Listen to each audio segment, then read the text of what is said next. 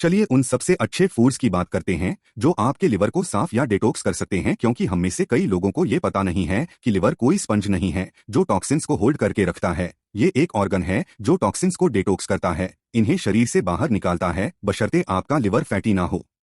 Liver के साथ तीन प्रॉब्लम्स हो सकती हैं। आपका लिवर फैटी हो सकता है, उसमें इन्फ्लेमेशन हो सकती है, या ये दोनों समस्याएं एक साथ हो सकती हैं। उस इन्फ्लेमेशन के कारण स्कार टिश्यू पैदा हो सकता है और उसके बाद आपको सिरोसिस हो सकती है। सवाल ये उठता है कि लिवर को स्वस्थ बनाने और साफ करने के लिए आप किस तरह के फूड्स खा सकते हैं।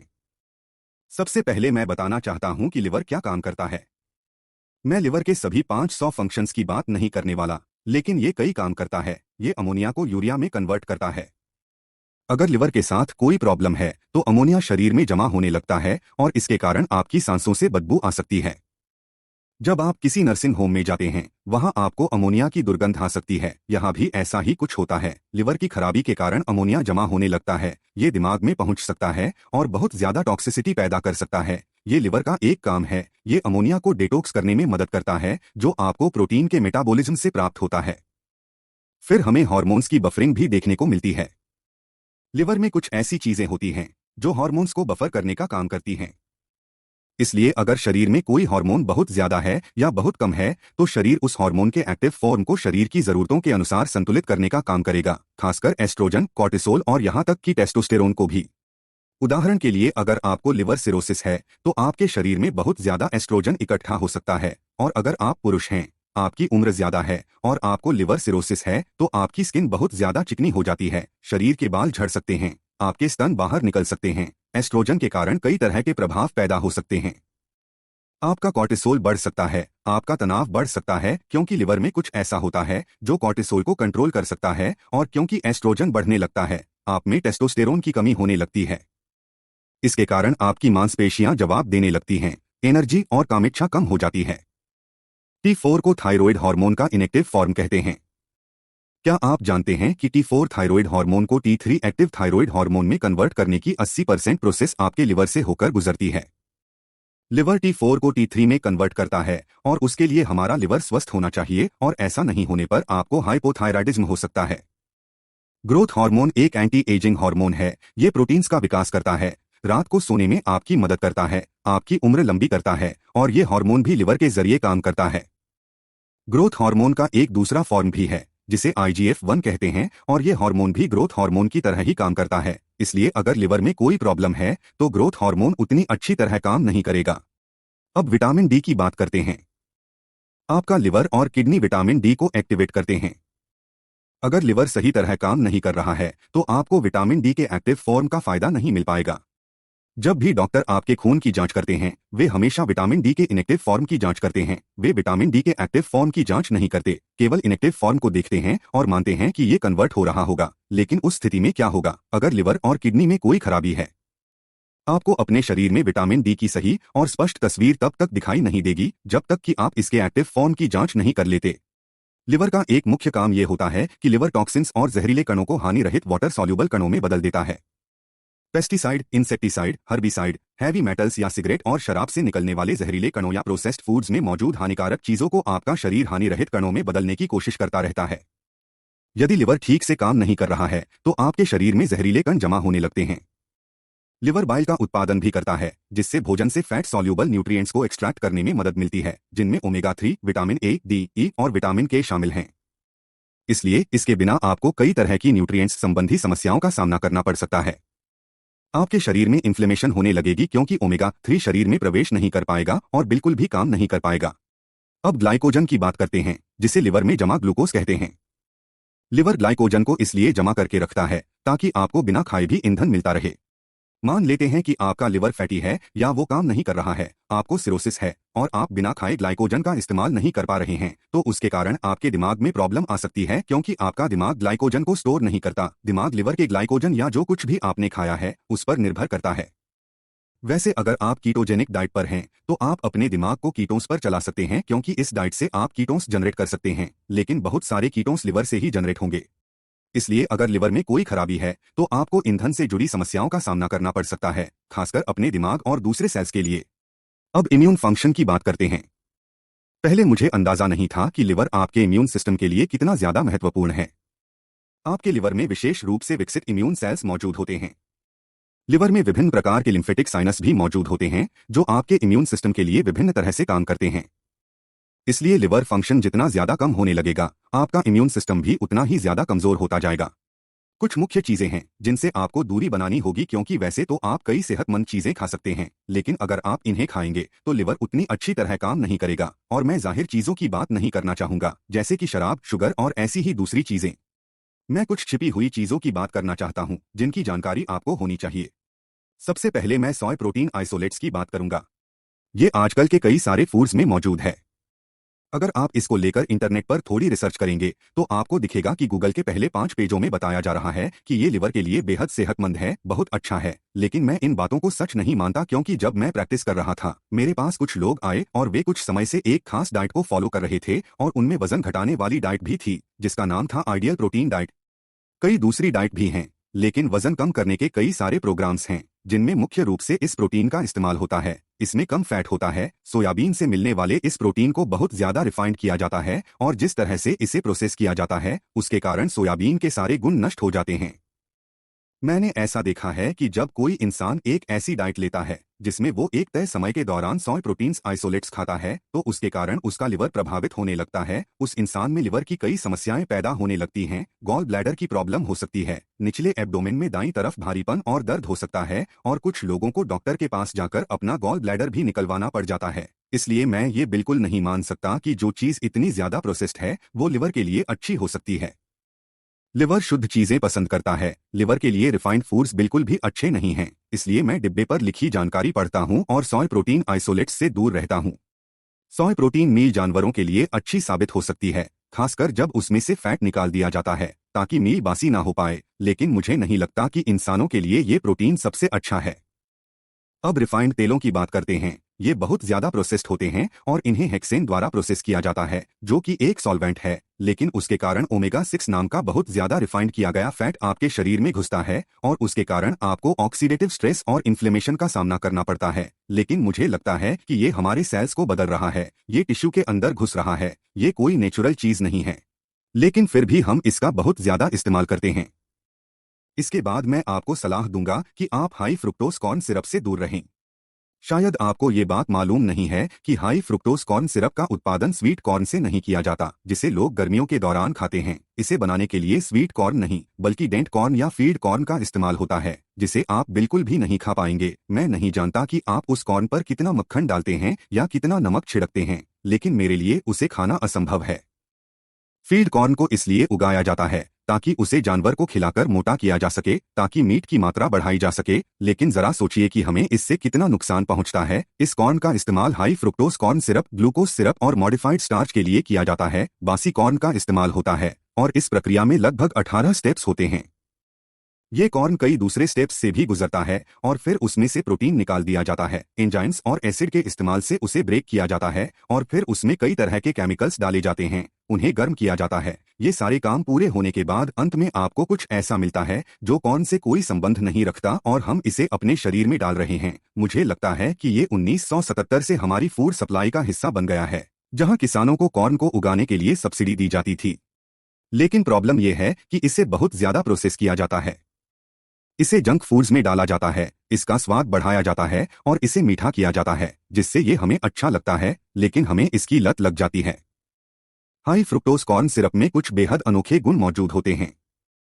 सारा तो नहीं, लेकिन अधिकांश सिरप लिवर द्वारा प्रोसेस किया जाता है, इसलिए लिवर ही इसका सारा भार उठाता है। इससे शरीर में इन्फ्लेमेशन पैदा होती है, इंसुलिन रेजिस्टेंस पैदा होता है, ब्लड फैट्स और कोलेस्ट्रॉल के साथ कई प्रॉब्लम्स होने लगती हैं। इसके कारण लिवर फैटी हो सकता है, इसके कारण आपको ज्यादा भूख लगने लगती है। फलों में मौजूद फ्रुक्टोज की तुलना में हाई फ्रुक्टोज कॉर्न सिरप बहुत ज्यादा अलग है। इसे बहुत ज्यादा रिफाइंड किया जाता है। मैं आपको इससे दूर रहने की सलाह दूंगा। अब रिफाइंड स्टार्च की बात करते हैं और मैं यहाँ माल्टोडेक्स्ट्रिन की बात कर रहा हूँ। मैं मॉडिफाइड फूड स्टार्च की भी बात कर रहा हूँ। उदाहरण के लिए ये एक फूड है जिसमें कॉर्न स्टार्च है, कॉर्न सिरप है, डेक्सट्रोज है और इन सभी को कॉर्न से बनाया गया है। इस फूड को इन्हीं चीजों से बनाया गया है। आप इसे अपने बच्चों को खिलाते हैं, खुद भी इसे खाते हैं, लेकिन मैं इसे फूड नहीं कह सकता क्योंकि ये फूड की परिभाषा में फिट नहीं बैठता। फूड एक ऐसी चीज है जिससे आपको ईंधन मिलता है और शरीर का विकास होता है। लेकिन इस फूड का ईंधन आपको एनर्जी नहीं देगा, इससे आपको थकान लगेगी। और इन फूड्स में मौजूद सभी न्यूट्रिएंट्स सिंथेटिक होते हैं, जिन्हें फूड पर स्प्रे किया जाता है और इन्हें केमिकल्स और ऐसी ही दूसरी चीजों से बनाया जाता है। अब ग्लूकोज सिरप की बात करते हैं। दिलचस्प बात यह है कि इसमें गन्ने से मिलने वाली कोई शुगर नहीं है। हमने गन्ने की शुगर को यहां रिप्लेस कर दिया है। अगर मैं 70 के दशक की बात करूं तो उस समय पर हम कोल्ड ड्रिंक्स और दूसरी चीजों में गन्ने का रस डाला करते थे, और आज के जमाने में उसे बहुत ज्यादा प्रोसेस्ड और सिंथेसाइज शुगर के साथ रिप्लेस कर दिया गया है, और मुझे लगता है कि ये गन्ने से मिलने वाली चीजों से बहुत ज्यादा अलग है। ये सब समय समय की बात है। हम आजकल अल्ट्रा प्रोसेस्ड फूड्स खा रहे हैं, और ये फूड्स बहुत ज्यादा रिफाइंड कॉर्न और दूसरे स्टार्च प्रोडक्ट्स से बनाए जाते हैं, और ये सभी जीएमओ भी हैं। और जहां तक लिवर फंक्शन की बात है तो अल्ट्रा प्रोसेस्ड फूड्स उन फूड्स की लिस्ट में सबसे ऊपर हैं जो लिवर को सबसे ज्यादा नुकसान पहुंचाते हैं। सवाल ये उठता है कि लिवर को स्वस्थ बनाने के लिए आप क्या खा सकते हैं। आपको साबुत नेचुरल फूड्स खाने चाहिए। चलिए सबसे पहले फैट की बात करते हैं। सबसे अच्छे फैट्स में ऑलिव ऑयल शामिल है, लेकिन एक दूसरा फैट भी है जिसे मीडियम चेन ट्राइग्लिसराइड या एमसीटी ऑयल फैट कहते हैं, और ये आपको मक्खन से मिल जाएगा। आप मक्खन में अपना खाना पका सकते हैं, खाने में मक्खन डाल सकते हैं, लेकिन सुनिश्चित करें कि आप ऑर्गेनिक मक्खन खाएं जिसे गाय के दूध से बनाया गया हो। लेकिन एमसीटी या मीडियम चेन ट्राइग्लिसराइड फैट्स बहुत अलग होते हैं क्योंकि इन्हें बाइल की जरूरत नहीं पड़ती। इसलिए जब आप इन्हें लेते हैं तो ये लिवर पर ज्यादा दबाव नहीं डालते। मुझे कुछ रिसर्च भी मिली है जिनसे पता चलता है कि एमसीटी ऑयल या ये फैट्स फैटी लिवर से आपकी सुरक्षा करते हैं। आपको सुनिश्चित करना चाहिए कि आप इनके साथ खाना पकाएं, और आप अपने सलाद में एक्स्ट्रा वर्जिन ऑलिव ऑयल डाल सकते हैं। रिफाइंड तेलों का इस्तेमाल बिल्कुल ना करें। अगर आप अपने लिवर की मदद करना चाहते हैं तो घर पर ही सैलड ड्रेसिंग बनाएं। अब वाइल्ड कॉट फिश की बात करते हैं। इनसे आपको ओमेगा 3 फैटी एसिड मिल जाएगा क्योंकि ओमेगा 3 फैटी एसिड से इन्फ्लेमेशन की रोकथाम होती है। ये लिवर की सुरक्षा करते हैं, कोलेस्ट्रॉल की प्रॉब्लम को कंट्रोल करते हैं। नंबर 3 है ऑर्गेनिक अंडे। मैं कमर्शियल अंडों की बात नहीं कर रहा हूं। जितने भी फूड्स की मुझे जानकारी है उनमें से अंडे के पीले भाग में सबसे ज्यादा कोलीन मौजूद होता है। मुझे लिवर ऑर्गन का तो नहीं पता, उसमें ज्यादा कोलीन हो सकता है, लेकिन अंडे के पीले हिस्से में बहुत ज्यादा कोलीन मौजूद होता है। कोलीन फैटी लिवर के लिए बहुत अच्छा है। अगर आप में कोलीन की कमी है तो आपका लिवर फैटी हो सकता है। कोलीन आपके लिवर पर जमा फैट को निकालने में मदद करता है। मैं आपको बताना चाहता हूं कि अंडे में हाई क्वालिटी के प्रोटीन के साथ दूसरे न्यूट्रिएंट्स भी मौजूद होते हैं। अब हम अगले फूड की बात करेंगे जिस कैटेगरी में गहरे हरे रंग की पत्तेदार सब्जियां शामिल हैं। इन्हें लीफी ग्रीन वेजिटेबल्स भी कहते हैं। इनसे हमें क्या फायदा मिलेगा? इनसे आपको विटामिन सी मिल जाएगा। इनमें फोलेट होता है जो लिवर के लिए बेहद महत्वपूर्ण होता है। इनसे आपको मैग्नीशियम भी मिल जाता है। आपको पोटेशियम और फाइटोन्यूट्रिएंट्स मिल जाते हैं। इनमें कई तरह के गुण मौजूद होते हैं। इनसे आपको एंटीऑक्सीडेंट मिल जाते हैं, सूजन रोधी प्रभाव मिल जाता है जो लिवर के लिए बहुत अच्छा होता है। अगर आपकी आंतों में इन्फ्लेमेशन या ऐसी ही कोई दूसरी प्रॉब्लम है तो मैं उस स्थिति में ये सब्जियां लेने की सलाह नहीं दूंगा, क्योंकि उस स्थिति में आप फाइबर को पचा नहीं पाएंगे। लेकिन दूसरे सभी लोगों को मैं इन्हें खाने की सलाह दूंगा। अब उन सब्जियों या सब्जियों की कैटेगरी की बात करते हैं जिन्हें क्रूसिफेरस कहते हैं। जितनी भी क्रूसिफेरस सब्जियां हैं उनमें से मूली आपके लिवर के लिए सबसे अच्छी है। दुर्भाग्यवश मैं मूली नहीं खा सकता। मुझे मूली खाना पसंद नहीं है, लेकिन मेरी पत्नी को ये बहुत पसंद है। वो इन्हें आराम से खा जाती है। मैं नहीं खा सकता, लेकिन अगर मुझे मूली पसंद होती तो मैं बहुत सारी मूली खा जाता, क्योंकि मूलियों में बड़ी मात्रा में सल्फर कंपाउंड मौजूद होता है जो फेज 1 और फेज 2 डेटॉक्स के लिए बहुत अच्छा साबित होता है। हम बात कर चुके हैं कि जहरीले कण वाटर सॉल्यूबल कणों में बदल जाते हैं। ये एंजाइम कॉम्प्लेक्स इन बेहद जहरीले कणों को तोड़ने लगता है, और जब आप क्रूसिफेरस सब्जियां और अन्य हर्ब्स खाते हैं तो इन सब्जियों में कुछ ऐसी चीजें होती हैं जो हमारे खुद के फेज 1 और फेज 2 डेटॉक्स एंजाइम्स को एक्टिवेट कर देती हैं, और उनसे हमें ऐसे एंजाइम्स भी मिलते हैं जो केमिकल्स को तोड़ने में मदद करते हैं। इसीलिए मैं क्रूसिफेरस सब्जियां, खासकर मूली खाने की सलाह देता हूं क्योंकि ये आपके लिए अच्छी होती हैं। अब अरुगुला की बात करते हैं। ये थोड़ा कड़वा होता है, लेकिन कोई भी कड़वी सब्जी लिवर के लिए अच्छी होती है। आप ब्रुसेल स्प्राउट्स भी खा सकते हैं। पत्ता गोभी आपकी बड़ी आंत के लिए बहुत अच्छी होती है, और ये लिवर को भी सपोर्ट करती है। आपकी आंत या आपके फ्रेंडली बैक्टीरिया और लिवर के बीच एक गहरा संबंध है। अगर एक चीज में गड़बड़ी पैदा होती है तो दूसरी चीज में भी गड़बड़ी होने लगती है। इसलिए अगर आपकी आंतों और आपके लिवर में इन्फ्लेमेशन है तो पत्ता गोभी उसके लिए सबसे बढ़िया है। वैसे दूसरी क्रूसिफेरस सब्जियां भी हैं, लेकिन ये 4 ऐसी हैं जो मुझे सबसे ज्यादा पसंद हैं। अब प्रोबायोटिक फूड्स की बात करते हैं। मैंने थोड़ी देर पहले कहा था कि आंतों के फ्रेंडली माइक्रोब्स बड़े पैमाने पर लिवर को सपोर्ट करते हैं। अगर हम एंटीबायोटिक दवा लेते हैं या अपनी आंतों के अच्छे माइक्रोब्स को नष्ट कर देते हैं तो लिवर को नुकसान पहुंचता है। अगर आप एस्पर्टेम या कोई दूसरा सिंथेटिक आर्टिफिशियल स्वीटनर खाते हैं तो उसके कारण आंतों का माइक्रोबायोम प्रभावित हो सकता है और उस वजह से लिवर के एंजाइम्स बढ़ने लगते हैं और फैटी लिवर का खतरा बढ़ जाता है। उसके लिए मैं आपको 3 तरह के फूड्स खाने की सलाह दूंगा। आप sauerkraut खा सकते हैं और सुनिश्चित करें कि आप इसे कच्चा खाएं। आप किमची खा सकते हैं। कीफर दही लेना भी बहुत अच्छा रहेगा। आपको ऑर्गेनिक और ऐसी कीफर लेनी है जिसमें शुगर ना मिलाई गई हो। सबसे बढ़िया तो ये रहेगा कि आप बकरी या भेड़ के दूध से प्राप्त होने वाली कीफर खाएं। कीफर योगर्ट से अच्छी होती है क्योंकि इसमें योगर्ट की तुलना में फ्रेंडली यीस्ट और फ्रेंडली बैक्टीरिया मौजूद रहते हैं। आखिरी कैटेगरी में हम विभिन्न तरह के ग्रास फेड मीट की बात करेंगे। आप भेड़, बकरी, हिरन या बीफ, जो मीट भी अच्छा लगे उसे खा सकते हैं। अगर आपको ग्रास फेड या ग्रास फिनिश्ड ऑर्गेनिक मीट मिलता है तो ये बहुत अच्छा रहेगा। अगर आपको ऐसा मीट नहीं मिल पाता है तो जो भी उपलब्ध है आप उसे खा सकते हैं। मैं अपने व्यक्तिगत अनुभव से बता सकता हूं कि जब मैं अच्छी क्वालिटी का मीट खाता हूं मेरे लिवर को इससे बहुत खुशी मिलती है। इसे बहुत अच्छा लगता है। वही अगर मैं पीनट बटर या नट्स या ऐसी ही दूसरी चीजें खाता हूं तो मुझे लिवर की प्रॉब्लम्स का सामना करना पड़ता है। मैंने कई सालों तक अल्ट्रा प्रोसेस्ड फूड्स और कई तरह के खराब फूड्स खा के अपने लिवर को खूब नुकसान पहुंचाया है। मुझे याद है कि कई साल पहले मैं हर रात मार्गरेटा पिया करता था और आप जानते होंगे कि उनमें स्वीटनर मिलाया जाता है। शुरुआत में सब कुछ बहुत बढ़िया था लेकिन कुछ महीनों बाद मेरी सेहत निरंतर गिरना शुरू हो गई। उसके बाद मैंने उसे पीना छोड़कर आइसक्रीम खाना शुरू कर दिया। मैं रोजाना आइसक्रीम की एक ब्रिक खा जाया करता था जिससे मुझे रात में बहुत अच्छी नींद आने लगी। ये दोनों चीजें मेरे जीवन का हिस्सा बन गई थीं। मैंने कई सालों तक जंक फूड्स खाए हैं, कभी कुछ कच्चा या सेहतमंद नहीं खाया। सब कुछ रिफाइंड हुआ करता था। मैं बहुत ज्यादा पास्ता, बहुत ज्यादा ब्रेड, बहुत ज्यादा रिफाइंड कार्ब, बहुत ज्यादा सीरियल, डोरिटोस और चिप्स खाया करता था। उसके बाद मुझे मेरी दाईं पसली के नीचे भारीपन का एहसास होने लगा। मुझे कोई अंदाजा नहीं था कि मेरे गॉल ब्लैडर के कारण ऐसा हो रहा है जो मेरे लिवर से जुड़ा है। फिर मेरे दाएं कंधे में दर्द रहने लगा जिसका सामना मैंने कई सालों तक किया है। मैंने कम से कम 12 से 15 साल तक इसका सामना किया है। उस समय पर मुझे इसका कोई अंदाजा नहीं था।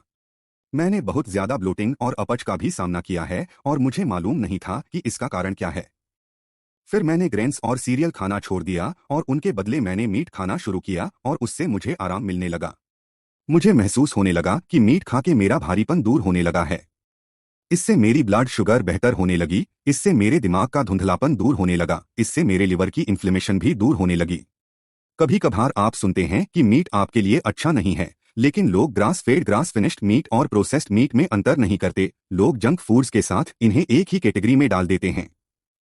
चलिए नकली मीट प्रोडक्ट्स की बात करते हैं जिन्हें सोय protein isolates, modified food starch, आलू के स्टार्च, मटर के प्रोटीन, चावल के मांड और ऐसी ही अन्य चीजों से बनाया जाता है।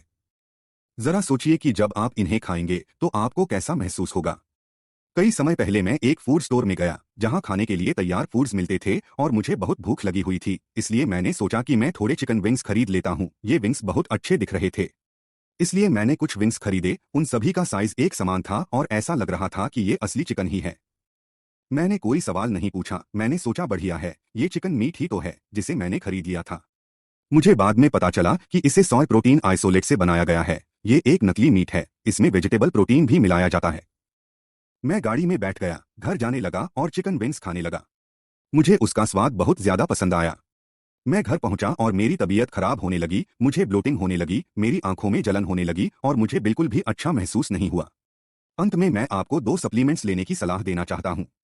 अगर आपको लिवर सिरोसिस है और सिरोसिस के साथ प्रॉब्लम यही है कि कई बार लोगों को लिवर ट्रांसप्लांट करवाना होता है और उसकी वेटिंग लिस्ट बहुत लंबी होती है, लेकिन क्यों ना हम इंतजार करते समय अपने लिवर को फिर से ठीक या क्षति को रिवर्स करने का प्रयास करें। सबसे पहला सप्लीमेंट है टोकोट्रिनल। ये एक प्रकार का विटामिन ई है और ये लिवर के लिए बहुत अच्छा है। अगला सप्लीमेंट है टड़का।